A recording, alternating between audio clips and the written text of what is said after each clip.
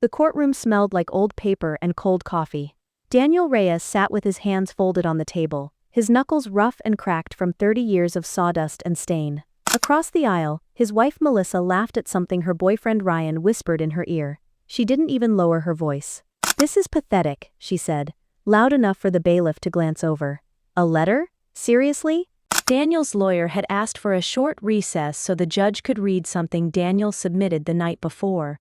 9 handwritten pages, folded twice, sealed in an envelope, with Ellie's name written faintly in the corner, like a reminder of who all of this was actually for. The judge slid her glasses up her nose and opened the envelope. Melissa smirked at Daniel. Ryan didn't even bother hiding his grin. Then the judge began to read the first line out loud, and the room went quiet. "Your Honor, before you decide who my daughter should live with, I need you to know who my wife really is." Melissa's smile did not move yet, but her eyes did. Before we begin, don't forget to like and subscribe to Amazing Folktale, but only if you genuinely connect with this story. Hype up the video. Also, let us know where you're watching from and what your local time is in the comments below. I love seeing how these stories connect people from all around the world. Let's get started. 10 years before that courtroom, Daniel Reyes was standing in a rented garage in the back of a hardware store parking lot, sanding a chair leg by hand because he couldn't afford a lathe yet. He built Reyes & Co. Woodworks from nothing. Not from a loan his father co-signed, not from savings his family handed him. He taught himself dovetails from diagrams in books that were older than he was. He turned down easier, faster jobs because he'd already given his word to someone else. And in Daniel's world, a word was worth more than a paycheck. People who knew Daniel described him the same way, almost every time: quiet, steady, the kind of man who fixed your fence without being asked and never brought it up again.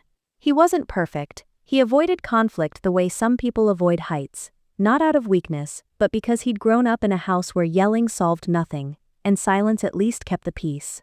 His father had died when Daniel was 22, and in the years after, Daniel had absorbed a quiet rule for himself: take care of the people who took care of you, and don't complain about the cost. That rule nearly killed him once. 2 years into building the shop, Daniel skipped his own health checkups, not because he didn't care about his body, but because every dollar that could go to a doctor's visit went to keeping the lights on in the shop instead. He worked through a torn shoulder for 4 months because a client needed a custom staircase finished before winter. When he met Melissa, she was the first person outside his family who made him feel like it was okay to want something for himself. She laughed at his terrible jokes. She sat in the garage with him some nights, drinking coffee out of chipped mugs, listening to him talk about grain patterns and finish coats like they were poetry. For a long time, it felt like partnership.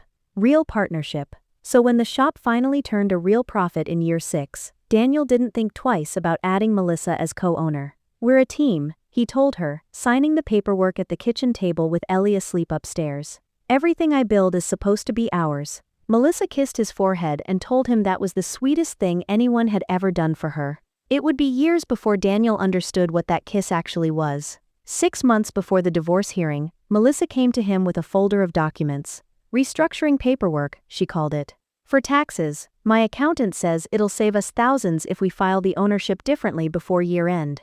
Daniel was elbow deep in a client order that week, a set of dining chairs that were already 2 weeks behind schedule. He skimmed the papers at the kitchen counter, saw Melissa's name next to his in a few places he expected. He had no reason not to. The letter he wrote the night before the hearing pauses here, briefly, almost like Daniel himself doesn't want to dwell on it yet. "I want to tell you about my mother first," he wrote, "because if you understand her, you'll understand why any of this matters at all." The judge looked up from the page for a moment, glancing at Melissa. Melissa's arms were crossed now. Her laugh from earlier was gone. "Continue," she told the bailiff, and went back to reading. Grace Reyes moved in with Daniel and Melissa 4 years after Daniel's father died of a stroke in the driveway of the house he'd owned. She said it a dozen times in the weeks before. "I don't want to be a burden, mijo." But the house was too big for her alone, and her hip had started giving her trouble on the stairs, and Daniel wasn't going to let his mother live alone at 63, with nobody to check on her. "It's temporary," Grace told her sister on the phone the week she packed her boxes. "Just until I'm back on my feet." 4 years later, she was still saying it was temporary. Grace never asked for anything. She cooked dinner most nights, not because anyone asked her to, but because she picked Ellie up from school twice a week. She sewed the hem back into Ellie's favorite dress 3 times before finally admitting the dress needed to be retired. She never once complained about the small bedroom at the end of the hall, the one that used to be Daniel's home office. There were small, painful details Daniel didn't notice at first, the kind that only means something once you look back. Grace started eating dinner in her room some nights, instead of at the table. "I don't want to be in the way," she told Daniel once, when he asked why her plate wasn't at the table anymore. 3 years into living with them, the shop hit a rough patch. A client backed out of a $12,000 order after the materials had already been purchased. Daniel didn't tell his mother how bad it was. He didn't have to. She sold her wedding ring. Daniel didn't find out until 18 months later, when he saw the pawn shop receipt tucked into an old recipe box while looking for a lasagna recipe. He confronted her, hurt and furious that she hadn't told him, and Grace just shrugged and said, "Your father would have wanted the business to survive more than he'd have wanted a ring on a shelf." That was Grace. She gave things away quietly and let you find out later, if you found out at all. 3 weeks before the divorce hearing, Grace told Daniel she was going to visit her sister in Ohio for a short trip. Daniel kissed her goodbye at the door, told her to call when she landed, and didn't think anything else of it. She never came back. Daniel found out why almost by accident. He was helping Ellie with a school project one evening, sorting through old photos for a family tree assignment, when Ellie said, without looking up from her glue stick, "Grandma's not coming back, right? Mommy said the house is too full now." Daniel remembers that his hands went still over the photos. "What do you mean too full?" he asked. "Mommy said Grandma needed her own space. She said it's better for everybody." Daniel called Grace that night. She answered on the 4th ring, her voice smaller than he remembered it. "I'm fine, mijo," she said. "Don't worry about me." But she wouldn't tell him where she was staying, and when he asked to video call, she said the connection was bad and hung up. That was the first night Daniel lay awake with a feeling he couldn't yet name, the feeling of something being wrong in his own house that he hadn't been allowed to see. To understand Melissa, Daniel wrote, "You have to understand that she was never a villain in the beginning. She grew up watching her parents scrape by, and she'd built her whole adult identity around the idea that she would never live that way again. She was sharp, funny, image-conscious in a way that made her magnetic at parties and exhausting at home. She wanted nice things, and for the first several years of their marriage, Daniel didn't begrudge her that. He liked seeing her happy. He liked being the reason she smiled. The cracks were small at first, small enough that Daniel talked himself out of noticing them for a long time, except Daniel's cousin mentioned it once at a barbecue, half joking. "Staying with you? She's been there 4 years, Mel." And Melissa had laughed it off, but her jaw had tightened in a way Daniel had never seen before.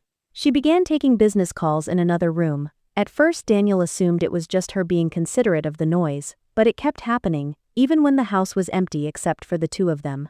Once, he walked in on the tail end of a call and heard her say, "No, he doesn't need to know about that part yet," before she noticed him in the doorway, had ever landed, vanished from the shop's shared inbox the week it was due. Melissa managed some of the shop's admin work by then, a role Daniel had happily handed her because she was better with computers than I am. When the invoice disappeared and the client, furious at the delay, walked, Melissa apologized and blamed a glitch in the new software. "These things happen," she told him, rubbing his shoulder. "Don't stress about it, baby, we'll get the next one." Nothing, alone was damning. A phrase here, a missed call there, that's what made it so easy for her, he realized later. Nobody suspects a pattern while they're still inside it. Melissa shifted in her seat. Her lawyer leaned over and whispered something to her. She shook her head, once, sharply, and looked straight ahead at the judge. Ryan had stopped smiling entirely. The first real fight happened 2 weeks after Ellie mentioned Grandma wasn't coming back. Daniel waited until Ellie was asleep, then found Melissa in the kitchen, pouring a glass of wine with the particular calm of someone who already knew a conversation was coming, and had decided in advance how she'd win it.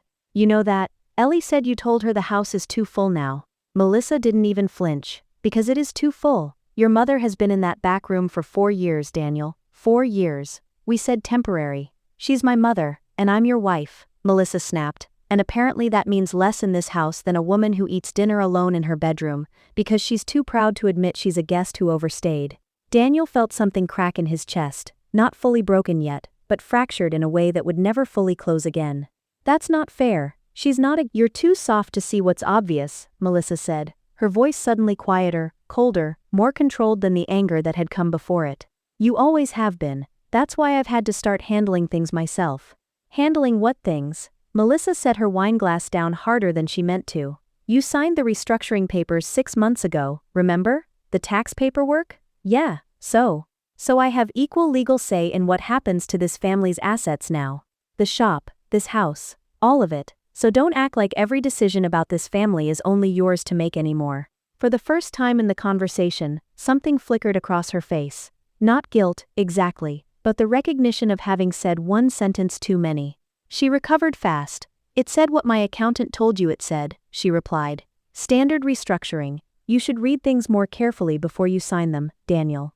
That's on you, not me. She walked past him and up the stairs, leaving her wine glass half full on the counter. Daniel stood in the kitchen a long time that night, replaying her words. Equal legal say, all of it. He pulled the folder out of the filing cabinet the next morning before work. It was gone. 2 weeks later, a man named Ryan started showing up at the shop. Melissa introduced him the first time as a business consultant, helping us modernize things. He had an easy smile, expensive shoes for someone who claimed to specialize in small shop consulting, and a way of talking over Daniel's employees that made the whole floor go quiet whenever he walked in. You really should switch to a digital scheduling system, Ryan said during his second visit, loud enough for 2 of Daniel's longtime carpenters to hear. We've run this shop successfully for 10 years the way it is, Daniel said, keeping his voice level. Sure, Ryan said, smiling in a way that didn't reach his eyes. But there's successful, and then there's profit margin. Melissa and I have been talking about the difference. Melissa and I. Daniel noted the phrase and said nothing. Over the following weeks, Ryan's presence grew. He started sitting in on client calls to observe. He suggested changes to pricing that would have gutted Daniel's profit margin on custom work. The gut punch came on an ordinary Tuesday evening, when Ellie was flipping through an old photo album for the same school project, looking for pictures of when Daddy was young. She held up a faded photo from a family barbecue nearly 10 years earlier. Who's this guy, Daddy? She asked. He looks like Ryan. Daniel took the photo and felt the floor tilt slightly beneath him. It wasn't Ryan, but it was close enough that Daniel's stomach dropped before his mind caught up to why. He stared at the photo for a long time that night after Ellie went to bed. He found it in a folder marked, Disputes, Unpaid. 10 years earlier, a lumber supplier named Marcus Cole had taken a $40,000 order from Reyes & Co., collected payment up front for a bulk shipment, and vanished. The shipment never arrived. Daniel had spent months chasing him through emails that bounced and a phone number that was disconnected within a week. The business nearly folded that year.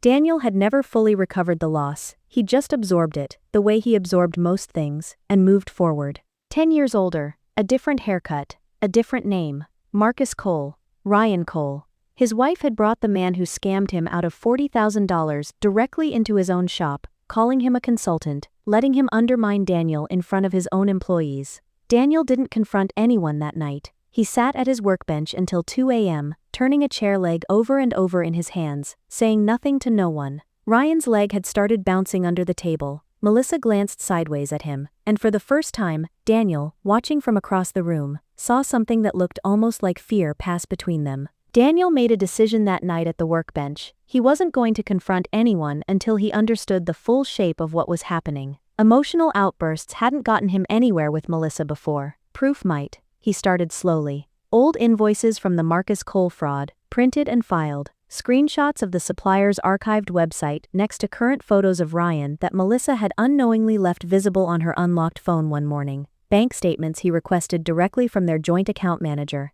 The polite kind of request that raises no alarms. The real break came on a Sunday afternoon when Melissa left for a weekend work retreat and forgot to log out of the family cloud account on the home computer. The same account they'd used for years to back up photos of Ellie's birthdays and school recitals. Daniel wasn't looking for anything. He'd opened the computer to print a shipping label. But a folder caught his eye, one he didn't recognize, labeled simply, Notes, Private. Inside were dozens of voice memos, dated back nearly a year. He almost didn't open the first one. Something in him already knew he wouldn't be able to unhear it. I need to make it look like he's unstable, erratic, like something's wrong with him, not with me. Another memo, dated 2 months later. Once the ownership transfer clears, we don't need him anymore. He'll never even see it coming. That's the thing about Daniel. He trusts everyone right up until it's too late to matter. Daniel sat in his own kitchen, in the house he'd worked 16-hour days to help pay for, and listened to his wife's voice calmly describing the destruction of his life like a project timeline. He thought about the restructuring papers he'd signed 6 months ago. He thought about his mother, somewhere in Ohio, or somewhere that wasn't Ohio at all, refusing to give him an address. He thought about Ryan's easy smile in his own shop, talking over his employees. For the first time since this all began, Daniel wasn't just hurt. He was afraid of exactly how far this had already gone without him. Daniel didn't confront Melissa that Sunday. He needed to understand the paperwork first. The restructuring documents he'd signed without reading. The ones that had somehow vanished from the filing cabinet. It took him 3 weeks, a forensic accountant referred by a client, and copies pulled directly from the county records office, but eventually the full picture came into view. The restructuring papers hadn't simply added Melissa as co-owner of Reyes & Co. Woodworks. They had transferred 70% ownership of the shop into a shell company, one Daniel had never heard of, registered under a name he didn't recognize because it used Ryan's actual legal name, Marcus Ryan Cole, not the alias Daniel knew him by.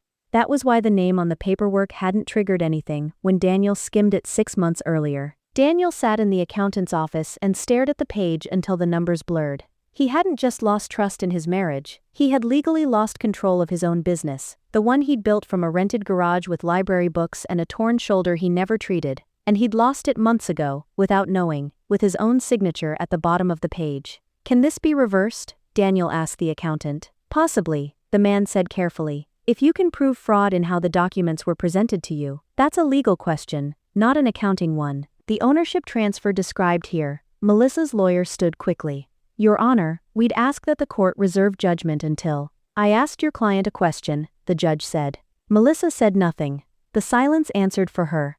Daniel hired a lawyer within the week, a sharp, no-nonsense woman named Patricia Ovando, who had seen this pattern before and told him plainly, "This isn't a divorce case anymore, Mr. Reyes. This might be a fraud case, wearing a divorce case's clothes." Attaching bank statements that showed a series of large withdrawals over the past year. The framing was not.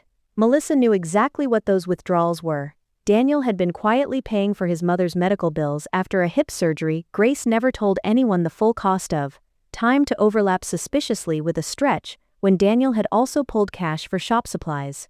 Out of context, stacked together on a page, it looked exactly like what Melissa wanted it to look like. A man spiraling, hiding money, possibly gambling it away. She used the report to push for sole custody of Ellie and requested a restraining order. Reading the filing felt like being accused of a crime he hadn't even understood existed. Worse was still coming. Daniel finally tracked down Grace's location through a cousin who'd overheard something at a family gathering. Not Ohio, not her sister's house at all, but a lighting assisted living facility 2 counties over. The kind with peeling paint in the hallways, and a waiting list because it was one of the cheapest in the state. He drove there the same afternoon he found out. His mother was sitting alone in a small shared room, thinner than he remembered, her eyes lighting up and then filling with tears the moment she saw him. "Mom, why didn't you tell me where you were? I've been calling for weeks." "They said you knew," Grace said, confused. "The woman who checked me in said you signed the papers. Family authorization, she called it. She said you agreed it was for the best." Daniel felt the floor tilt again, the same way it had the night Ellie showed him the photo of Ryan. "I never signed anything, Mom." The facility later confirmed it for him, reluctantly, after Patricia sent a formal records request, a family authorization form on file, with Daniel's signature at the bottom, a signature that, upon closer comparison, had clearly been traced from an old form Daniel had signed years earlier for Grace's original moving paperwork, the pen strokes identical down to the same slight hook on the R in Reyes. This was no longer just betrayal, this was fraud, forgery, and the quiet mistreatment of a 67-year-old widow who had given away her wedding ring to save a business that had just been legally stolen out from under her son. Patricia brought in a private investigator named Sam Okafor, a retired detective who specialized in exactly this kind of quiet, paper-based cruelty. Within 2 weeks, Okafor uncovered the piece that finally made the entire timeline collapse into place. The erratic behavior text Melissa had submitted as evidence, screenshots showing Daniel allegedly sending angry, threatening messages, had been sent from a second phone number. A number registered under a fake name, purchased with a prepaid card 11 months earlier. The SIM activated the same week as the first voice memo Daniel had found on the cloud account. Melissa hadn't reacted to a crumbling marriage by manufacturing evidence in a moment of panic. She had built the entire paper trail in advance. Months before Daniel had any idea anything was wrong, she was already constructing the story she would eventually tell a judge. The divorce wasn't the result of a marriage that broke. It was the plan. Daniel was simply the last person in the entire arrangement to find out about it. Okafor sat across from Daniel in Patricia's office, sliding a folder across the table. "I want to be honest with you, Mr. Reyes. In 15 years doing this work, I don't see planning this deliberate very often." "Why?" he asked quietly. "Would someone spend a year planning to destroy a life they used to say they loved?" Okafor didn't have an answer yet, but he had one more lead to chase. The answer came a week later, and it wasn't the one Daniel expected. Okafor's background search on Ryan, real name Marcus Ryan Cole, turned up a marriage record from another state, filed 11 years earlier and never dissolved. A wife, 2 children ages 9 and 12, and address 3 states away, where according to neighbors Okafor spoke with by phone. He was using her exactly the way he'd used Daniel a decade earlier, getting close to something valuable, in this case a business worth taking apart, undervaluing, and reselling in pieces once the ownership transfer cleared, then vanishing before anyone connected the dots. Melissa wasn't only the villain in this story. She was also being used, and she didn't know it yet. Daniel wrote in his letter that this discovery didn't erase what she'd done: the forged signature, the fake evidence, his mother alone in a rundown facility, believing her own son had abandoned her. He had spent weeks picturing Melissa as the architect of his ruin. Now he understood she was also standing on ground that was about to collapse beneath her, and she still didn't see it coming, the same way he hadn't seen his own collapse coming 6 months earlier. "She thought she was the one running the con," Patricia said, reading through Okafor's report. "She's about to find out she was the mark the whole time." The judge paused on this page longer than any other. She looked up, first at Ryan, whose eyes were fixed on the exit doors at the back of the room, and then at Melissa, whose composure had fully cracked for the first time all hearing.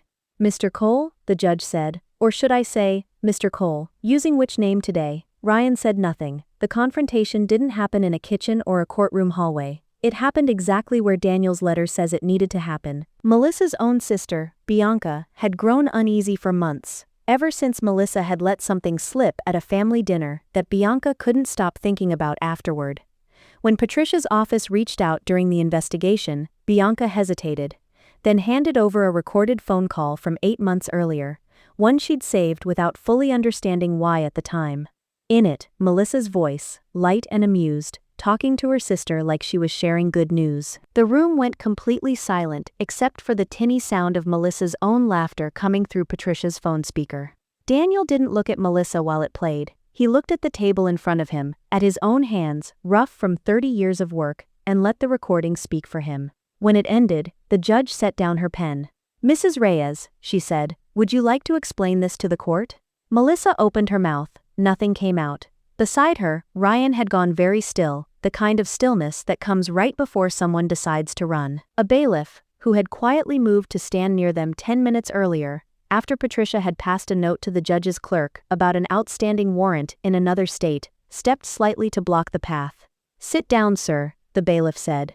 Ryan sat down. For the first time since the hearing began, Melissa turned and looked at Daniel, not with contempt, not with the cold control she'd used in the kitchen months earlier, but with something closer to panic, the look of someone realizing the ground. He wrote that in that moment, he didn't feel triumphant, he felt tired. And sad. And finally, the judge ordered the ownership documents examined immediately. Not weeks later in some scheduled hearing, but right there, with a forensic handwriting consultant who happened to be present that morning for an unrelated case, pulled in on the spot at Patricia's request. The consultant compared Daniel's authorization signature on Grace's care facility transfer form against 3 verified samples of his real signature. It took less than 15 minutes. This signature was traced, the consultant told the court, not signed. This was copied from an existing document, most likely by placing it beneath a light source and tracing the outline. The judge's expression hardened into something Daniel had not seen from her yet. "This is no longer a divorce matter," she said. "This is fraud. Possibly elder endangerment. I'm referring this to the district attorney's office." The final piece came during cross-examination, almost as an afterthought, when Patricia asked Melissa's sister one more question about the family's history with Daniel's shop property. "Dad used to joke about it at dinner. Said whoever ended up with that land someday would be sitting on a small fortune. The room absorbed this slowly. It meant the relationship itself, the one Daniel had believed in for 11 years, the one he'd built a family and a business around, may never have begun as love at all. It may have begun as a calculation, made by people who saw a struggling carpenter with a plot of land worth more than he ever knew, years before he'd even met the woman who would become his wife. Ryan was arrested in the courthouse parking lot 20 minutes later, on an outstanding fraud warrant from another state that had been waiting for him for over a year. The restraining order request was dismissed and, given the fabricated evidence behind it, referred for its own review. The ownership transfer of Reyes & Co. Woodworks was ordered reversed pending a full fraud investigation, and Melissa was formally charged in connection with the forged care facility documents. She left the courthouse that day without her boyfriend, without her custody claim, without the business she'd spent a year quietly stealing, and without the version of herself she'd walked in believing she still was. Grace was sitting by the window of her small shared room, the same way she'd been sitting the first time he found her there. When she saw him in the doorway, she didn't ask about the hearing. She didn't ask about Melissa or the shop or any of it. She just held out her arms the way she had when Daniel was 6 years old and had skinned his knee in the driveway, and said, "There you are, mijo." He packed her few belongings into 2 small bags. It didn't take long. She hadn't accumulated much in her weeks there, hadn't wanted to, some quiet part of her still hoping she wouldn't be staying. Ellie was waiting on the porch steps when they pulled in, and she ran to her grandmother before the car had even fully stopped, wrapping her arms around Grace's waist and holding on the way children hold on when they don't yet have words for relief. That night, for the first time in months, all 3 of them sat at the same table for dinner. Grace made her own chair, the one she used to eat alone in her room, apologizing for being in the way, and set it at the head of the table instead, and nobody moved it back. The judge, weeks later, finished reading the letter into the court record for the official file. The last lines, the ones Daniel had written the night before the hearing, sitting alone at his workbench with sawdust still on his hands, read, "I'm not asking you to punish her, Your Honor. That's not really what any of this was ever about for me. I'm asking you to see her, to see what actually happened here, clearly, the way I couldn't for far too long, because I loved someone who was never really there. And I think the loneliest thing in the world is finding that out only after you've already given someone everything you have." He got his daughter, safe, staying with the parent who had never once needed a forged signature to prove he loved her. He got his shop back, slowly, through the process the courts required, built again, this time with eyes open. And he got something he hadn't expected to find in any of it, the understanding that trust, once broken this completely, doesn't have to make a person bitter. It can make him careful. It can make him grateful for the people who never needed elaborate plans to prove they belonged in his life. The mother who gave away her wedding ring rather than burden him. The daughter who ran to her grandmother without being told to. Others, if you're patient enough to let the truth finally surface, can be rebuilt on what's left once the lies are gone. Daniel's, in the end, was the second kind. Moral of the story: trust isn't weakness, but blind trust, given without ever checking in, leaves room for people to rewrite your life while you're too busy holding it together to notice. Daniel's downfall wasn't that he loved too much, it's that he never stopped to ask what his love was being used to build. The real lesson lives in the contrast between his mother and his wife. Grace gave everything: her ring, her comfort, her voice, and asked for nothing back. Melissa took everything and made it look like generosity. Love that keeps quietly, without needing credit, and in the end, truth doesn't need to be forced into the light. It surfaces on its own timeline, usually right when the people hiding it feel safest. Karma here isn't loud or theatrical. It's a forged signature caught by a pen's pressure, a voice memo left in an unlocked folder, a sister who couldn't shake an uneasy feeling. Justice rarely arrives as thunder. It arrives as the quiet unraveling of a lie that was never built to last.